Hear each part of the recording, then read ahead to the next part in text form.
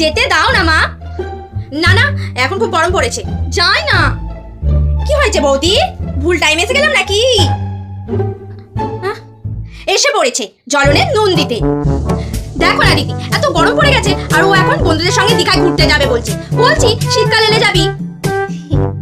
শীতকাল তো এই গেল মা, আর এখন তো খুব গরমও পড়েনি, এই সময় তো একটু জলে উঠতে পারবো বলো। ও না না খুকি, মা যা বলছে তাই শোন, শীতকালেই ঘুরতে যাস।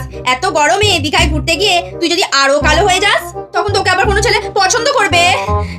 তুই তো আর আমার মেয়ের মতন অত ফর্সা নয়।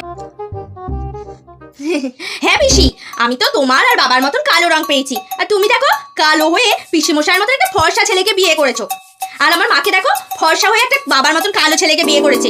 দেখো পিসি, দিদি ভাইয়ের ভাগ্য আবার আমার মায়ের মতন যেন না হয়, এই ফর্সা হয়ে কালো ছেলেকে বিয়ে না করতে হয়। ও বৌদি, আমি আসি।